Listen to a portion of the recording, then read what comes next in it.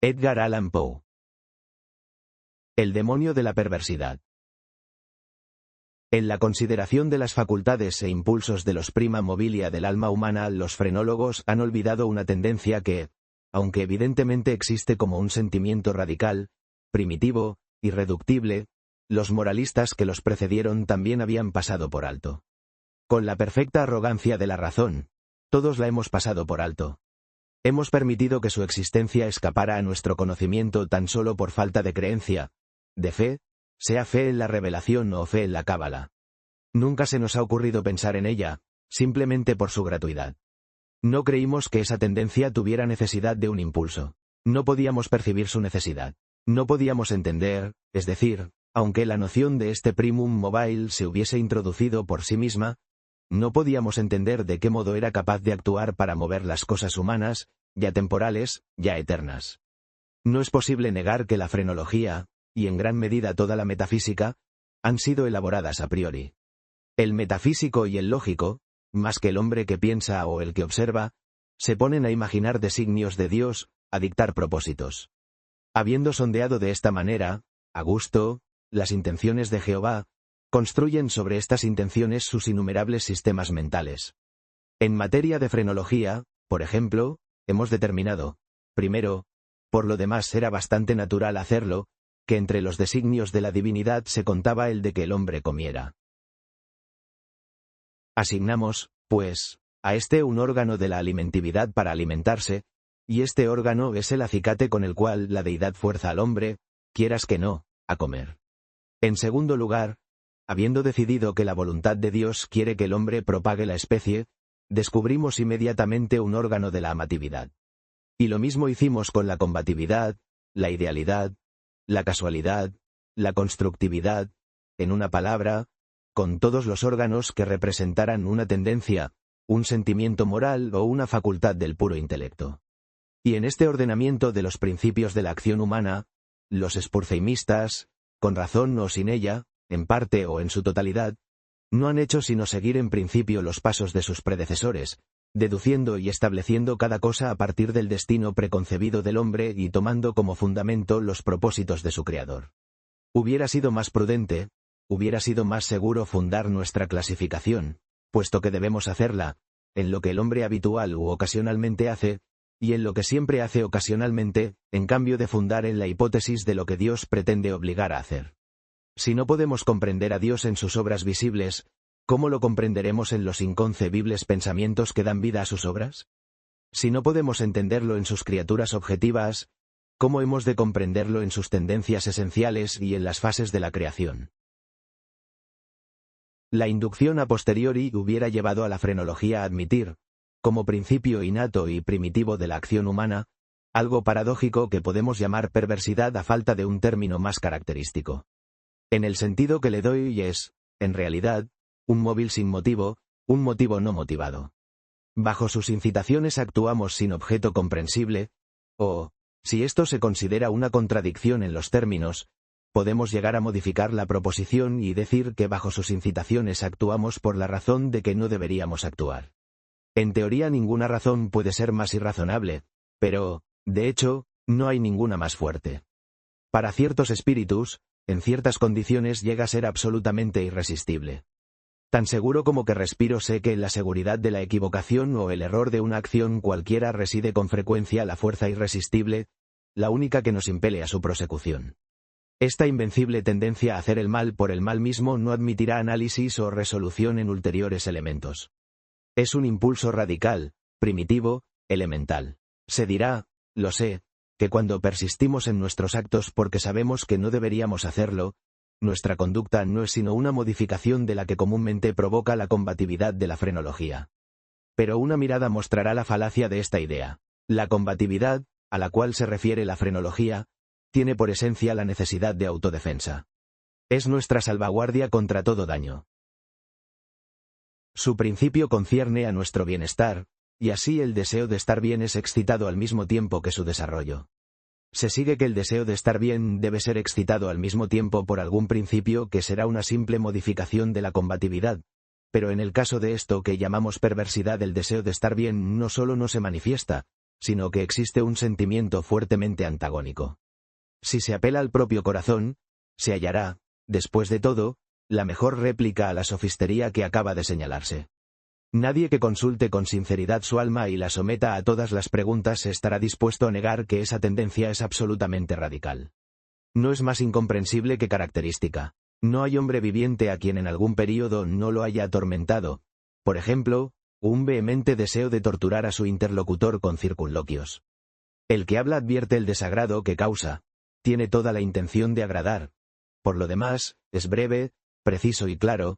El lenguaje más lacónico y más luminoso lucha por brotar de su boca, solo con dificultad refrena su curso, teme y lamenta la cólera de aquel a quien se dirige. Sin embargo, se le ocurre la idea de que puede engendrar esa cólera con ciertos incisos y ciertos paréntesis.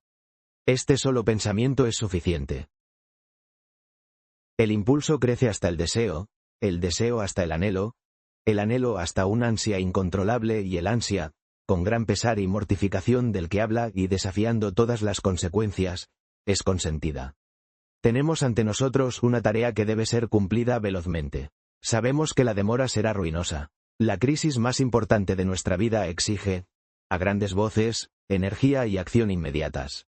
Ardemos, nos consumimos de ansiedad por comenzar la tarea, y en la anticipación de su magnífico resultado nuestra alma se enardece. Tiene que ser emprendida hoy y, sin embargo, la dejamos para mañana. ¿Y por qué? No hay respuesta, salvo que sentimos esa actitud perversa, usando la palabra sin comprensión del principio. El día siguiente llega, y con él una ansiedad más impaciente por cumplir con nuestro deber, pero con este verdadero aumento de ansiedad llega también un indecible anhelo de postergación realmente espantosa por lo insondable. Este anhelo cobra fuerzas a medida que pasa el tiempo. La última hora para la acción está al alcance de nuestra mano.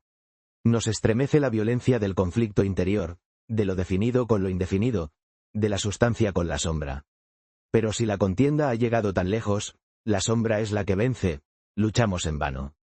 Suena la hora y doblan al muerto por nuestra felicidad. Al mismo tiempo es el canto del gallo para el fantasma que nos había atemorizado. Vuela, desaparece, somos libres. La antigua energía retorna. Trabajaremos ahora. ¡Ay! Es demasiado tarde. Estamos al borde de un precipicio. Miramos el abismo, sentimos malestar y vértigo. Nuestro primer impulso es retroceder ante el peligro. Inexplicablemente, nos quedamos. En lenta graduación, nuestro malestar y nuestro vértigo se confunden en una nube de sentimientos inefables. Por grados aún más imperceptibles esta nube cobra forma, como el vapor de la botella de donde surgió el genio en las 1001 noches. Pero en esa nube nuestra al borde del precipicio, adquiere consistencia a una forma mucho más terrible que cualquier genio o demonio de leyenda, y, sin embargo, es solo un pensamiento, aunque temible, de esos que hielan hasta la médula de los huesos con la feroz delicia de su horror. Es simplemente la idea de lo que serían nuestras sensaciones durante la veloz caída desde semejante altura. Y esta caída, esta fulminante aniquilación, por la simple razón de que implica la más espantosa y la más abominable entre las más espantosas y abominables imágenes de la muerte y el sufrimiento que jamás se hayan presentado a nuestra imaginación. Por esta simple razón la deseamos con más fuerza. Y porque nuestra razón nos aparta violentamente del abismo, por eso nos acercamos a él con más ímpetu. No hay en la naturaleza pasión de una impaciencia tan demoníaca como la del que, estremecido al borde de un precipicio, piensa arrojarse en él.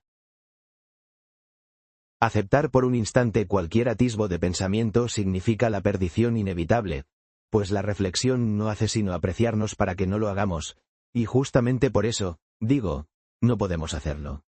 Si no hay allí un brazo amigo que nos detenga, o si fallamos en el súbito esfuerzo de echarnos atrás, nos arrojamos, nos destruimos. Examinemos estas acciones y otras similares. Encontraremos que resultan solo del espíritu de perversidad. Las perpetuamos simplemente porque sentimos que no deberíamos hacerlo. Más acá o más allá de esto no hay principio inteligible, y podríamos en verdad considerar su perversidad como una instigación directa del demonio si no supiéramos que a veces actúa en fomento del bien. He hablado tanto que en cierta medida puedo responder a vuestra pregunta, puedo explicaros por qué estoy aquí, puedo mostraros algo que tendrá por lo menos una débil apariencia de justificación de estos grillos y esta celda de condenado que ocupo. Si no hubiera sido tan prolijo, o no me hubierais comprendido, o, como la chusma, me hubierais considerado loco. Ahora advertimos fácilmente que soy una de las innumerables víctimas del demonio de la perversidad. Es imposible que acción alguna haya sido preparada con más perfecta deliberación.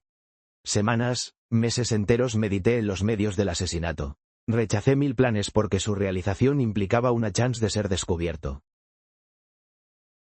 Por fin, leyendo algunas memorias francesas, encontré el relato de una enfermedad casi fatal sobrevenida a Madame Pilau por obra de una vela accidentalmente envenenada. La idea impresionó de inmediato mi imaginación. Sabía que mi víctima tenía la costumbre de leer en la cama. Sabía también que su habitación era pequeña y mal ventilada. Pero no necesito fatigados con detalles impertinentes. No necesito describir los fáciles artificios mediante los cuales sustituí, en el candelero de su dormitorio, la vela que allí encontré por otra de mi fabricación. A la mañana siguiente lo hallaron muerto en su lecho, y el veredicto del coroner fue: muerto por la voluntad de Dios. Heredé su fortuna y todo anduvo bien durante varios años. Ni una sola vez cruzó por mi cerebro la idea de ser descubierto. Yo mismo hice desaparecer los restos de la bujía fatal. No dejé huella de una pista por la cual fuera posible acusarme o siquiera hacerme sospechoso del crimen. Es inconcebible el magnífico sentimiento de satisfacción que nacía en mi pecho cuando reflexionaba en mi absoluta seguridad. Durante un período muy largo me acostumbré a deleitarme en este sentimiento. Me proporcionaba un placer más real que las ventajas simplemente materiales derivadas de mi crimen. Pero le sucedió, por fin, una época en que el sentimiento agradable llegó, en gradación casi imperceptible, a convertirse en una idea obsesiva, torturante. Torturante por lo obsesiva. Apenas podía librarme de ella por momentos. Es harto común que nos fastidie el oído, o más bien la memoria, el machacón estribillo de una canción vulgar o algunos compases triviales de una ópera. El martirio no sería menor si la canción en sí misma fuera buena o el aria de ópera meritoria. Así es como, al fin, me descubre permanentemente pensando en mi seguridad y repitiendo en voz baja la frase: estoy a salvo. Un día, mientras vagabundeaba por las calles, me sorprendí en el momento de murmurar, casi en voz alta, las palabras acostumbradas.